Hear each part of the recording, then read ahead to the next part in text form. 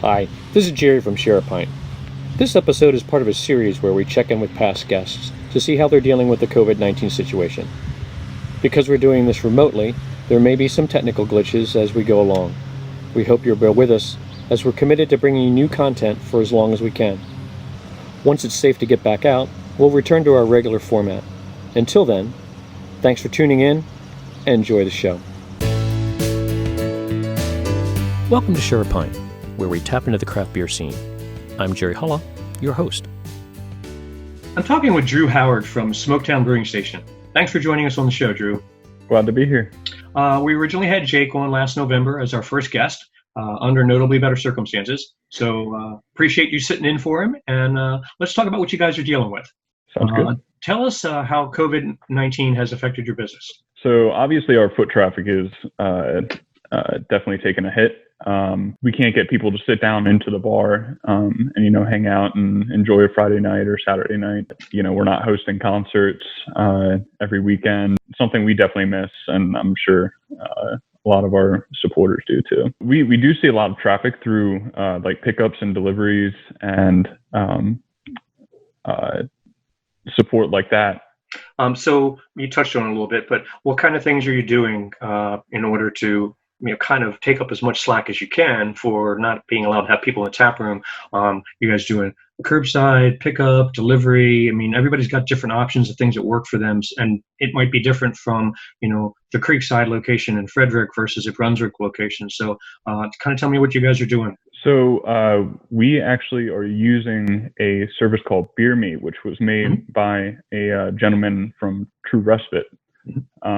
And so that gives us the ability to do deliveries and contactless drop-offs to people who don't want to leave their house.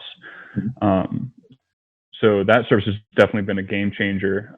We were setting up our own like online form for delivery and pickup, but Beer Me has definitely been a game changer. It has everything that we would normally offer. It allows us to do customized items. So we've been doing a lot of bottles recently, and it's super easy just to add in new product and keep track of our inventory and stuff like that. So yeah, it's been awesome. In addition to canning, I believe, because when we talked with Jake back in November, he kind of showed this canning line that was in the front of the tap room, just kind of sitting out there roped off. So at least it seemed like you guys had canning already somewhere in the works before this happened. So maybe talk about how that's been able to help you guys. Yeah, no, definitely having our own canning line has definitely been a plus because it allows us to, on top of our distribution in Frederick and Virginia, if we want to can something, if we're low on it, it gives us so much flexibility. Yeah. So given what you guys are doing, and obviously the tap room is always the best option. We've talked with a lot of people, and that's the best margin when you can pour somebody a pint right there. But what you're doing now with the delivery, the pickup, that stuff, do you think that's going to be enough to sustain you guys until the quarantine's lifted? It's definitely keeping the lights on, and we have a couple people back to work, which we're happy about. But in the long run, it really is about getting people in seats and, having them stay there and for a couple hours and hang out. Have you guys talked about what other types of models or things you might possibly explore if this goes on longer? There's a lot of things floating around right now, rumors amongst the industry where, there might be an outdoor seating available. So basically, if you have access to a piece of land, you can move your taps outside and offer that environment to where people can go and drink outside. Yeah, I mean, there's been a couple ideas that we've thrown around, but if you look at other states, they're only allowing 25, 50% capacity. So we're going to kind of have to take it day by day to see how the state decides to run things. Well, tell people how they can help you. Well, so you can order through Beer Me or call in and come pick it up. Beer Me is super easy. You can just pay online, and we'll have the order ready for you when you want to pick it up. And we also offer deliveries, so you don't even have to leave your couch. You can just order it on your phone, and we'll have it to your door same day. What kind of area are you guys working with for delivery? What works for you guys? So we are delivering to all of Frederick County. You can also find us in your local liquor store. We distribute to Frederick and Virginia, and we also distribute in Montgomery County. And if you don't see us on the shelves there, you can ask your liquor store to give us a call, and we'll have it there within the week.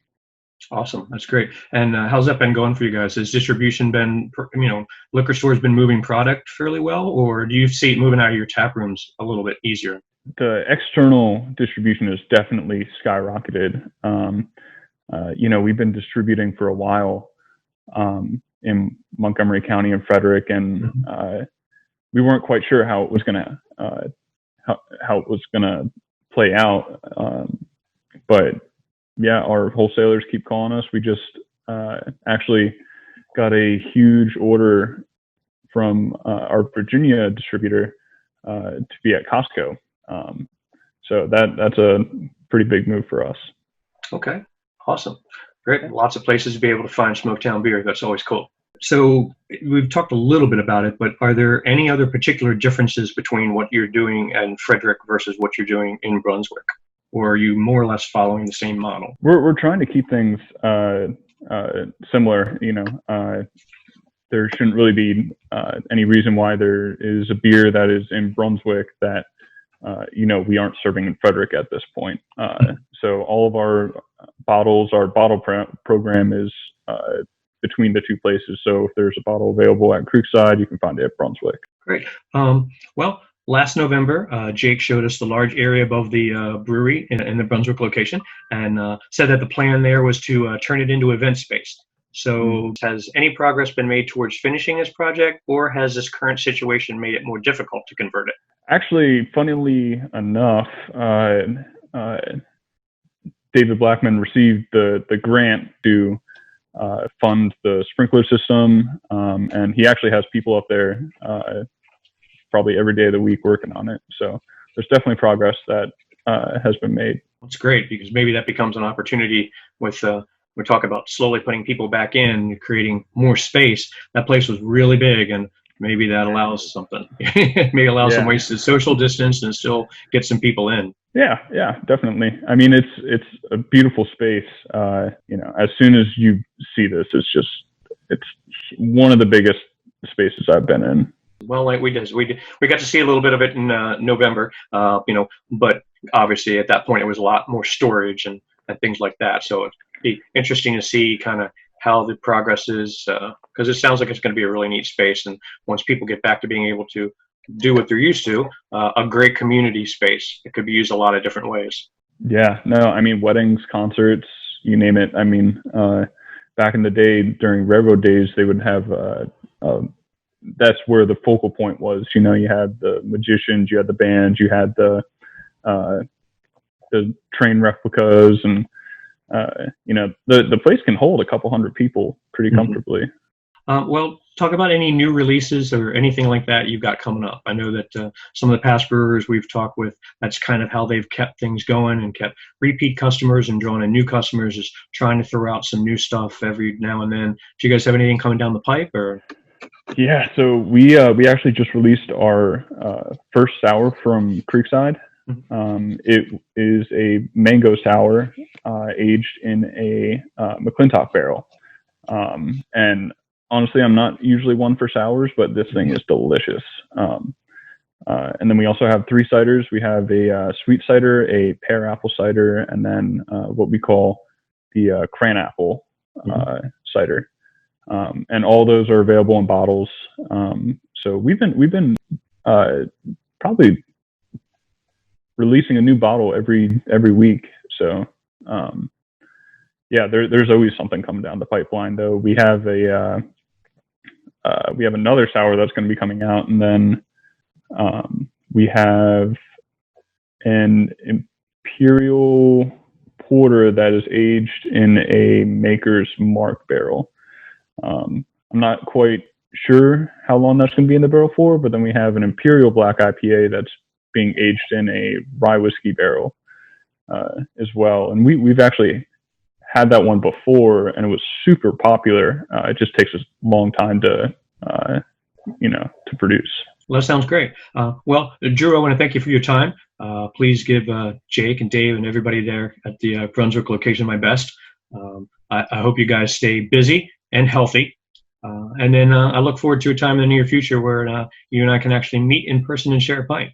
Yeah, no, definitely. I'm joined now by Rob Neff from Checker Spot Brewing. Thanks for returning to the show, Rob. Hey, Jerry. Thanks for having me back, man. It's good to see you. You too. Well, we originally had you on this past February under notably better circumstances. So let's talk about what you're dealing with now. How has COVID-19 affected your business? Yeah, well, we had to close our tap room and we had to cancel a bunch of events that we had booked through the next couple months. We haven't been booking new events. Obviously, we're looking into 2021 even, maybe for new events type thing. We've had some good support from our community because we were allowed to do carry out. So we've sold 1 billion crowlers, some t-shirts, we're moving through some beer. And they also allowed us to deliver beer directly, which was not legal before all of this. Some help from some friends. We set up our website with a shopping cart and we really tweaked that. I'm going to say thanks to my friends, Kevin and Corey, who really know their stuff when it comes to that type of thing. So we got that set up in like a week, and that was really helpful. And our POS has been very responsive to all of this too. So they were able to sync with our website, and it's gone for the past couple of weeks. It's been fairly smooth with deliveries to customers and takeout. And I guess the main news is we got a canning machine about a month ago. And that's something that's amazing. Judy's brewing more. We're going to get this thing probably we're looking late year, I would say, to get a canner. That was always part of the business model.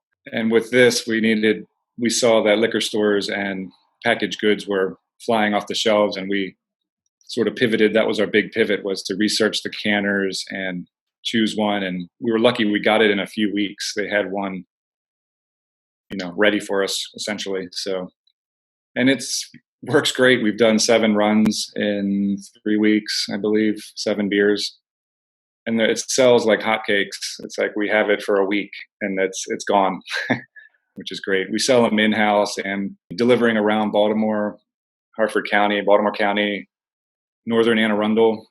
We're down in Howard County and Montgomery County now, even with our cans, Wow.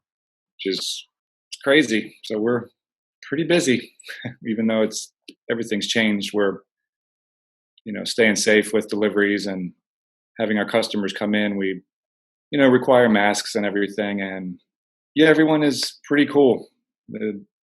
Judy's been making some new beers coming out, so we're still releasing stuff, and then people gobble them up. It's great. Well, that's good. I definitely knew that we had talked about, the canning was something down the road, but canning's kind of become a necessity given the situation with everyone. So it's good to hear that you guys were able to make that transition a lot faster than maybe it could have been. Were there anything once you kind of did that popped up that you were like, oh, we hadn't thought about this, or oh, this was interesting that we had to deal with for canning? Yeah, like the crowlers we saw this early on because the first maybe week we were open with limited. We adjusted our hours and then we're just doing like carry out stuff and some delivery. We saw that we were flying through crowlers. So we luckily ordered them right away and we got a pallet, and we haven't been out of them. Whereas like used to be maybe 2 or 3 weeks, and now it's 4 to 5 weeks to get a pallet of crowlers. And there were 2 weekends where we reached out to our friend. We ran out of cans essentially. So we reached out to our friends at Heavy Seas and at Duclaw. We went up and borrowed or traded or purchased 200 more, and that got us through the weekend. And then we got our delivery on Monday. So once again, the beer community in Maryland is just fantastic for that type of thing. We've always talked about before this type of a crisis, how much the beer community looks after each other, but it's great to see that everybody's kind of really pulling together to help each other out now. Yeah, for real. And some other breweries have contacted us for cans to get them through a weekend. And we ordered a bunch and we got 2 pallets sitting there so we can help our friends out, and also we have more on order. It's crazy going through 2,400 crowlers in like 3 to 4 weeks, where it used to take us maybe 4 to 6 months to do that many crowlers in-house, you know? Mm-hmm. I mean, that's the only way we can get our beer out is a crowler. We're not doing growlers just with COVID. We don't want people bringing in their own glass. We're doing a trade. If somebody has a growler, they can trade us for one of ours that we've sanitized, and we'll put the beer in that. But the cans have been great. Yeah, that was one of the things we talked with Keith at Wardaka. Keith was like, "It's all aluminum now." Yeah, for real. And we're lucky because the 16-ounce cans are not as scarce, let's say. So we set up those every 2 weeks. We'll get pallets of those for like the next couple months, because as far as our canning goes, we're planning on doing 2 can releases every 2 weeks. It's a lot. And you look into our cooler after a week of can runs, and it's packed to the brim with these wonderful looking cans. And it's a different animal delivering to retail and packaged goods stores. I've been really enjoying that. A little lighter than kegs, I guess, and you don't normally have to go into a basement with cans, where a lot of like Baltimore bars, it's down the hatch and you're carrying these half kegs and sixtels downstairs, and it's heavy. Yeah. Well, you guys, when we were there before, we talked about, what a big freezer spaces you had. And I know we just recently talked with Ty at Asteria, and that's one of the problems that they're running into, is that they don't have that type of cold storage. And, his conversation was, we've only ordered so much packaging. And when we don't have enough packaging, he said, we've either got to push stuff back into the bright tank and let it sit, and then we can't brew because we're using our tanks for that, and then kick it back out when you've got packaging. He said, well, then you package, and if it's not moving out right away, you've got to try to figure out how to keep it cold. So they were kind of running into that situation of, we don't really have enough cold storage. We're trying to figure out how to do everything. And I know that's definitely a benefit for you guys, because you said your storage was pretty good size. So it's pretty decent. We could always use some more. Mm-hmm. I'll tell you, when we go over to our friends at Key Brewing, mm-hmm. their cold storage, you can drive the forklift in. It's like 1 million square feet. That would be great. Ours, we can get a fair amount in, but it's still, we need more someday, but we make it work. It's just like everything, we make it work. And as far as our tank space, Judy and Ian and Ryan really have worked on the schedule to keep like all the cooperage full, and there will be no fermenter empty for more than a day type thing, because we'll empty like a uni tank out, can it, and then we'll put like the next day she'll brew and put it in that empty, clean the tank and then put it in the empty tank. And there's not much empty tanks in our place. We're selling a lot. The cans have been great. It's something we wanted to move into, and it's been great. We're getting a good response from, people that might not have known our stuff at a bar or come to our tap room, but buy packaged goods. And like our labels are great, if I do say so myself. A really good friend, Adam, you've seen his artwork on our posters for our beers and stuff, and he's really moved into doing the labels really well. Like, he did some research, and we went to beer stores to see what good label would do, and he's been really, really good at it. We've gotten good responses about the look of our package. Yeah, it's good. It's important for it to help jump out, since so many people are shopping, like you said, that way now at liquor stores and things. If you get your package to jump out off the shelf, that always helps. Yeah, and it's a sort of a different customer too. A lot of customers at the package store, they'll want something new every time. So we're brewing a lot of NEPAs. We did a kettle sour. We put out our Locally Delicious with berries. We did our Pilsner, but it's all about the NEPAs. Interesting you mentioned that Locally Sour, because I said I've chatted with you. I'm unfortunately a little too far away to get down, but my good buddy Joe, give him a shout out. He's been by to see you a number of times, and we got together for a socially distant parking lot exchange, wearing masks and staying apart and going, I have some for you and you have some for me. And he dropped off a crowler of Got Wood and had some canned from the Locally Delicious from the sour. And so Joe's trying to keep me connected to you guys, and so shout out to him for doing what he can for you guys and helping me out too. Joe's a great dude. I miss seeing him at the bar. He would come in I would bartend Wednesday nights. He would come in. Well, he worked downtown there after work, swing by, and Wednesdays were good nights for him, and he knew you were there, so it kind of really worked out. Yeah, good dude.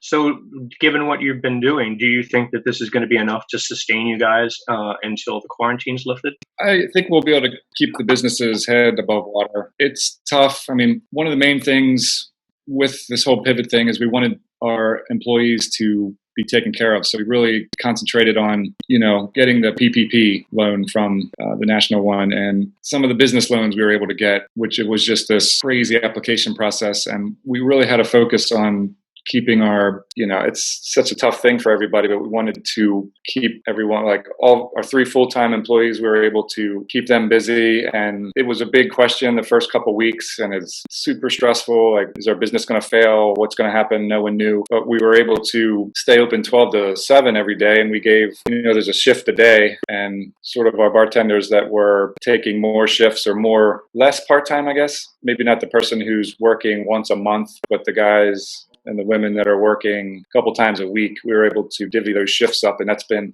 very good. And customers have been tipping very well. I mean, that's sort of a thing. It's great.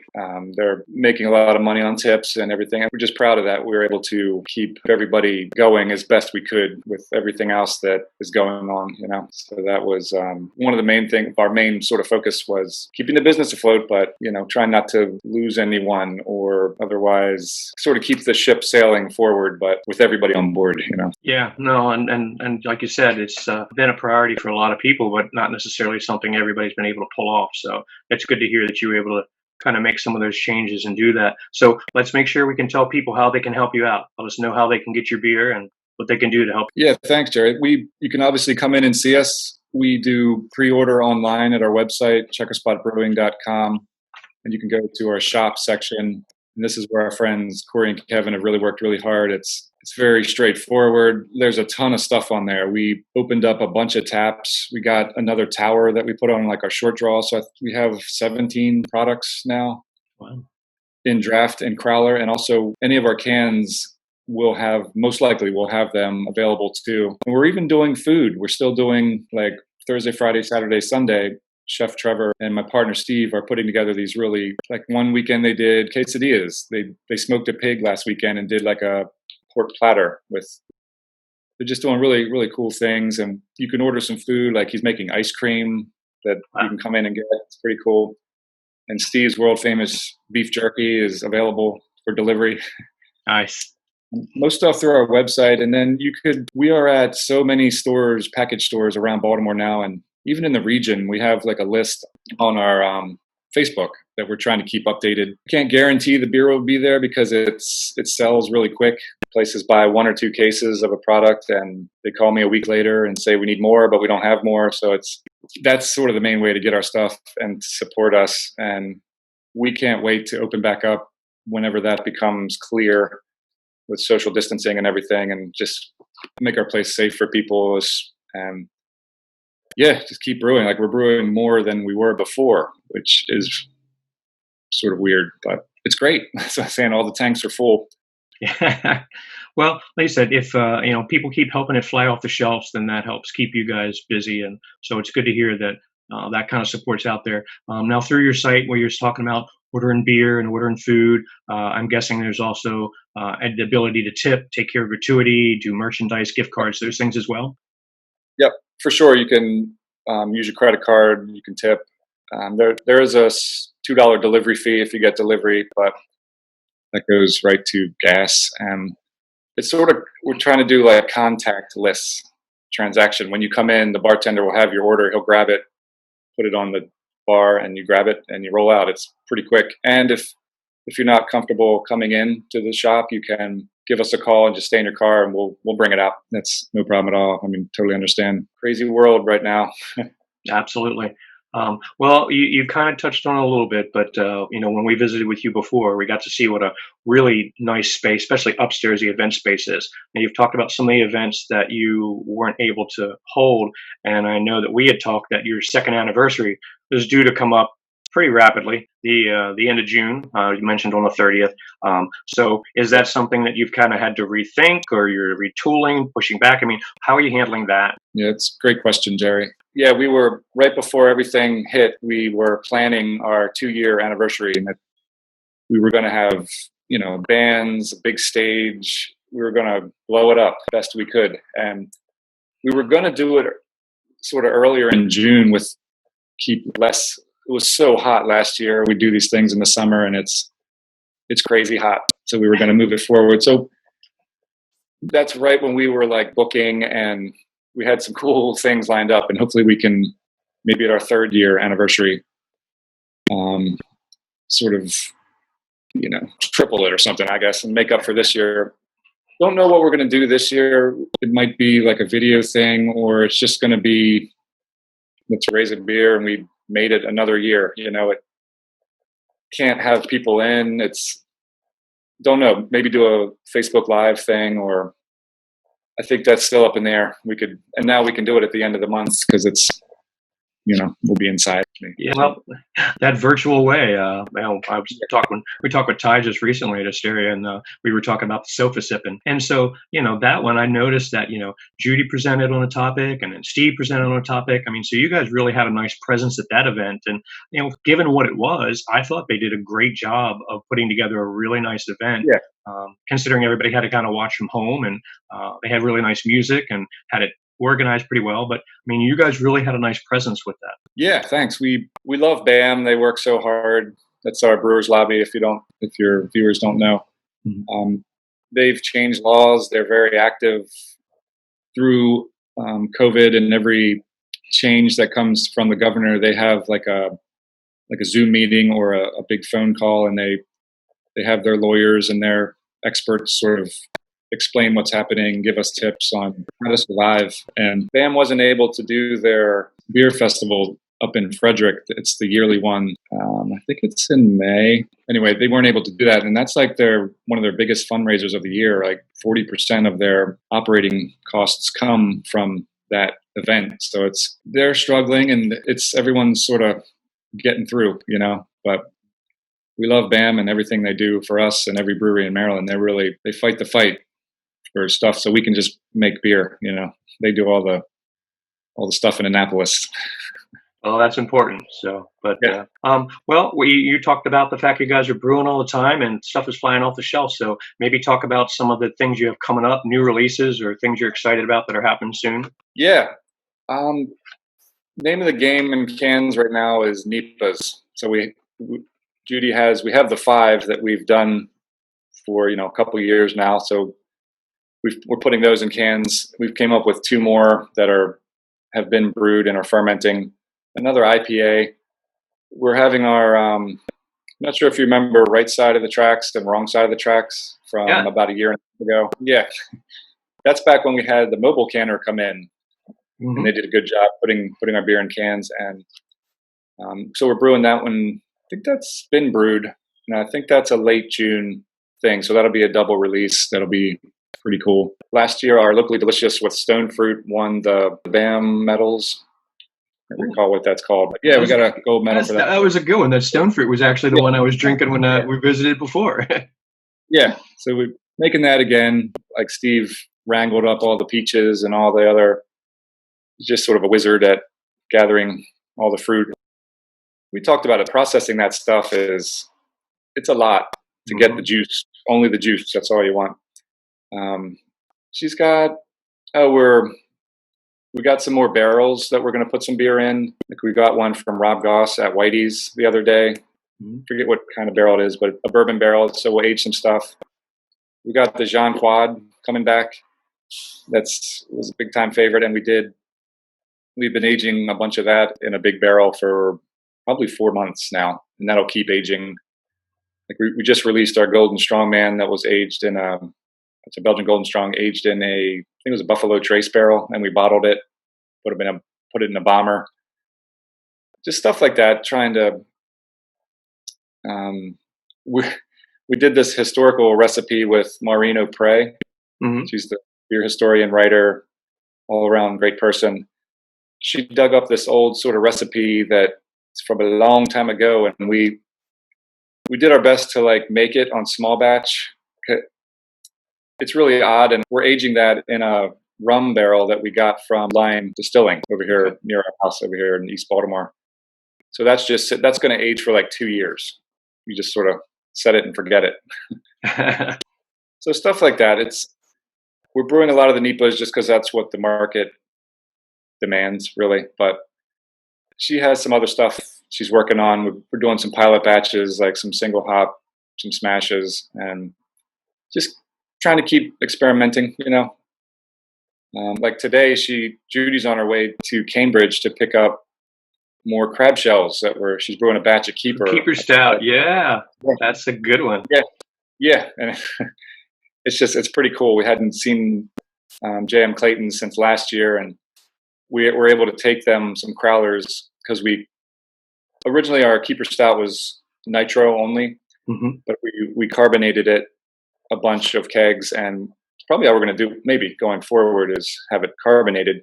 It's so good. It's still got that creaminess, but she took a couple crowlers to them this time, which they'll be excited about that. So just stuff like that, keeping her busy. I'm sure, like I said, she has a list of stuff they want to try, and she's a master at doing the schedule and all that. So she has stuff planned out. I think she said through the end of July, and that's crazy. It's like I barely know what I'm doing after the meeting here. I'm sure it involves a lot of delivering and, like you said, dropping things off that aren't as heavy as they used to be. So that's good. Yeah. And I'm just doing it in my truck and I'm getting help from Steve, my partner, and our saleswoman Amethyst, who is a bartender for us and also does some events and has really stepped it up, doing some sales, doing a really good job. She took a whole bunch of deliveries on Friday last week. I think we moved like 80 cases Friday. Wow. And that's a lot. Like in my truck, filled up in the back, we self-distribute. So and in the bed, I think I had like 50 or 60, something like that. And keeping a tarp over them. And it's raining down in Montgomery County, and it worked out fine. And I like doing it, but I got a tonneau cover for my truck bed, so I can just, when it's raining, pull the thing over and try to, so the cardboard doesn't get all gross. Yeah, we're definitely busy. At this first couple of weeks, Jerry was almost as stressful, if not more stressful, than like opening the business, because it happened pretty quick with everything that sort of, it was the cascade of all the events canceling, and like March Madness canceled, and that was a huge one for us because we had there was a group that came in and sort of bought us out for that Thursday, the first Thursday of when there's a million games, and that was a tough one, but we're getting through it. We're staying positive, and the bottom line is, public health is paramount, and we will survive. I'll answer your question from a little bit ago. We will survive, and when we come out in tap room, it's going to be slow. We're all sort of expecting it. That's going to be slow, probably through summer, fall, winter, maybe next spring even. Finally, more people will be coming back. But the canner revenue stream it's great. We're doing okay with that. So when tap room and events come back, we'll be, firing on all cylinders again. And that's good. That's what I've kind of noticed as some brewers have talked about, the adapting is that what positives can you take out of the situation? And, a lot of people are like, hey, the pickup and curbside stuff that we're doing now, the things that they weren't doing before, I said, unless the laws change, and hopefully they don't, because people see that it works, particularly with the delivery aspect, hopefully that's something that can help in that transition for you guys to be able, because like you said, when we get started and they say, hey, people can come back, there's going to be a while before people have a comfort level. So needing something like, still being able to deliver and have people pick up, maybe helps keep you guys going until the tap rooms pick up, which is where a lot of people make their money. I think you're right. Yeah. When stuff comes back or whatever, the carry out will still do that. And I think that's going to stay strong. The customer delivery, before this, that was illegal. I don't know. I think Francho's pushing for that to stay legal, which would be great. Get beer delivered but we want to do it in a way that's, safe. We want to be fair to retailers, and so it's just a lot of changes, and I mean, that's entrepreneuring, right? You roll with the punches, and we have a great team. I mean, Judy and Steve are just great partners, and we all have our roles, and we're good at it. I don't know. It's going good. Our bartenders and our cellarmen and our chef, everyone's very excited, and we're very excited, and that I think rubs off on everybody. And the bottom line, Jerry, is the beer is really good. Absolutely. So that helps. That definitely does. Well, Rob, I want to thank you for your time. I hope that you and Steve and Judy and your whole crew down there at Checker Spot stay healthy and busy. And then I look forward to a time in the near future when you and I can share a pint again in person. Yeah, Jerry, I appreciate that. It was nice talking with you, and I appreciate your support of the local guys and doing stuff like this. And it's good to catch up. I look forward to seeing you face to face and having a pint at our tap room. Absolutely. Sounds great. Thanks, Rob. Thanks, Jerry. Now more than ever, it's important for you to drink and support local. Buy beer, merchandise, gift cards, even just tips that can be given to workers to help get them through. If we all do our small part, we can get through this, and our favorite breweries will be waiting for us on the other side, where we'll be able to share a pint in person. Until then, thanks for watching. Share a Pint is released bi-weekly on Friday mornings and can be found at shareapintpodcast.com. Follow us on Twitter at share_pint. Show notes for this episode are available at shareapintpodcast.com. Music for the show, Groundwork, provided by Kevin MacLeod and can be found online at incompetech.com. Share a Pint is made possible by help from the Community Media Center of Carroll County. Associated with the craft beer industry and have an interesting story you'd like to share on a future episode? Let us know. We'd love to hear from you. You can reach us at shareapintpodcast.com or email us at jerry@shareapintpodcast.com. Until the next time we share a pint, I'm Jerry Hulla. Prost.